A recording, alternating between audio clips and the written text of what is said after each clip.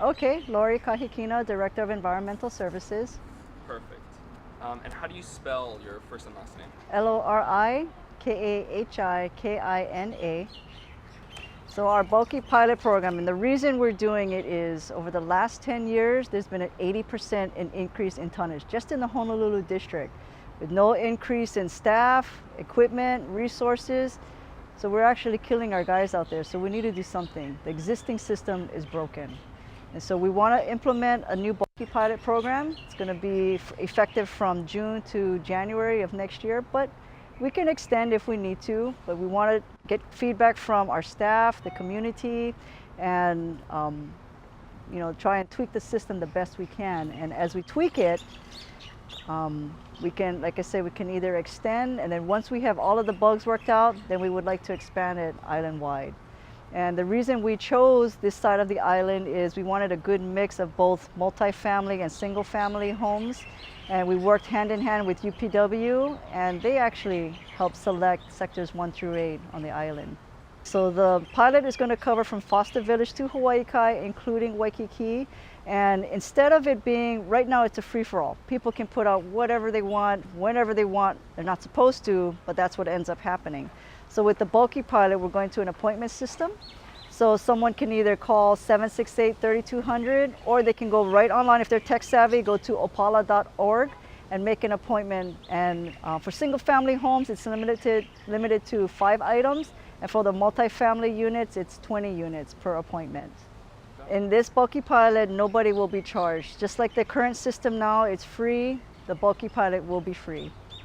So right now, what people are supposed to do, we do a sector per month, for over a 3 to 4 day period, and our guys are actually canvassing those streets. It's very inefficient. We're wasting time, employee time, wear and tear on the roads, the equipment, fuel. Right now, when we go to the appointment system, it'll be one appointment, and we will only pick up what you make the appointment for. But to answer your question, we're not sure. If you can call as many times as you want per month or go online, but whether there's going to be an appointment available multiple times per month, I really can't say at this point, because we're anticipating an influx of a lot of requests for appointments. Regarding the appointments, okay. So in order to make an appointment on what you want to have collected at your home, we strongly recommend going online at opala.org, opala.org. But if for some reason you can't get through, you don't have internet access, then you can call 768-3200. And I can't stress enough that we will only pick up what your appointment calls for. So if you call for 2 couches and there's a third one out there, we're only going to pick up 2, and we will enforce on the third remaining item.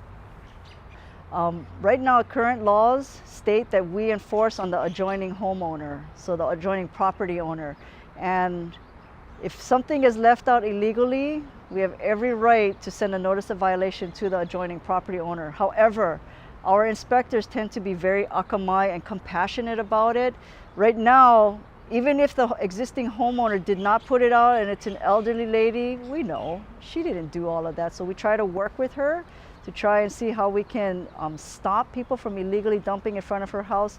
So again, it's not a black and white, we're just going to enforce and start fining you. We work with the adjacent property owner to ensure that it's not them. We actually dig through the trash to make sure we can't find who the actual culprit is, but our inspectors are very akamai about that.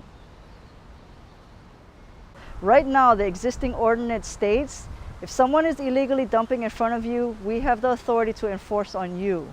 We try not to. We try to see if we call you, talk to you, hey, there's something in front of your sidewalk, you need to get rid of it, and you're adamant, it's not mine. So we ask you when you see it, you can call the police, especially if you see someone in the act of doing it. But again, our inspectors are pretty akamai about that. They will work with you. So with this bulky pilot, we should be minimizing that window of when someone can illegally dump in front of you. Right now, they know in front of your house is the second Wednesday of the month. When you make an appointment, only you will know it's going to be next week Tuesday, and you put out your trash Monday night. So from Monday night to Tuesday morning, that's how small the window is before somebody can illegally dump on top of your trash. Right now, people just dump because they know we're going to be sweeping the area in a 3 to 4 window on a certain day of the week or a certain day of the month. So that's the best way. So if they wake up the next morning and they find something illegally dumped in front of their house, that's the best thing to do. Call 911, and then it actually gets to us too, and then we'll come up when time permits to come and pick that extra trash out. Yeah. So outside of our bulky pilot program, let's say they won't be able to get to my place in time, are there any other options for people to come and have their bulky items Yes, removed? absolutely. So if you go online and you try to make an appointment and there's not an available appointment in time for your purposes, there are other options. So you can call the nonprofits. They can come in quicker than us, and we really do need to stress source reduction. As I mentioned earlier, 80% increase in the amount of trash we're creating as a community. We need to stop that. So if you can reuse or have a company reuse your product, your couch, that's the best way to go. And they're gonna come and pick it up for free. And when you try to make an appointment online, these companies, these nonprofits, their names will come up that you can call them, give them a call and see if they can help you out. And if they can't, option is always to go to our convenience centers and transfer stations, which we have a list on opala.org of where the locations are and the hours of operation.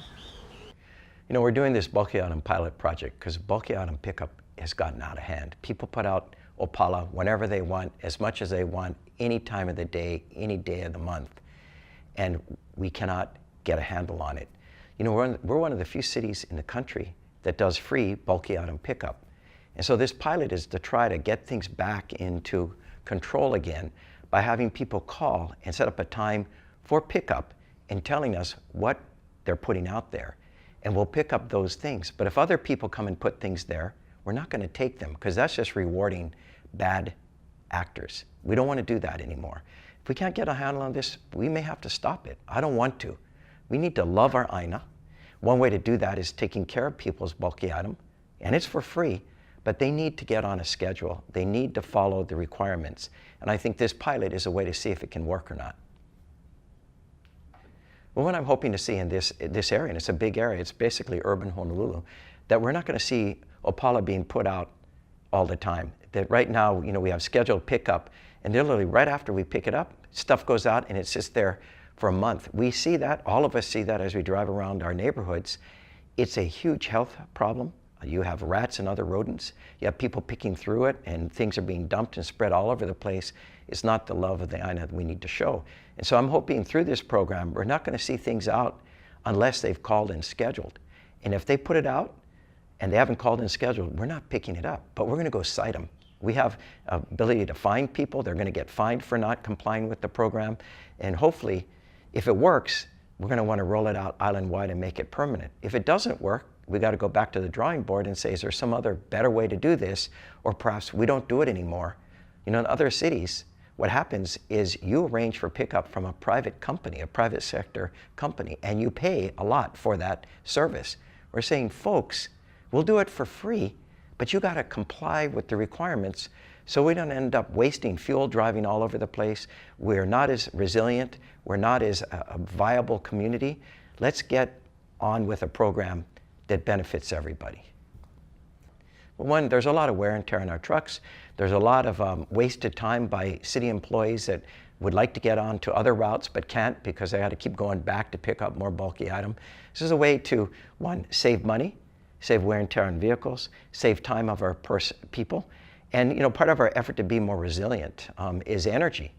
And you know, we're spending all this fossil fuel driving back to neighborhoods that shouldn't be messed up. I think if it all comes together, we become a better, more balanced community, one that's living in greater harmony in terms of our disposal of our waste. Excellent. Any closing thoughts? Anything else you want to mention? I just hope that people will embrace the program, see how it works. I know there's going to be hiccups along the way. We're going to have to work out, and we want to do that. That's why it's a pilot. We want to, make sure that when you roll it out permanently, it's one that works as smooth as possible for everyone involved.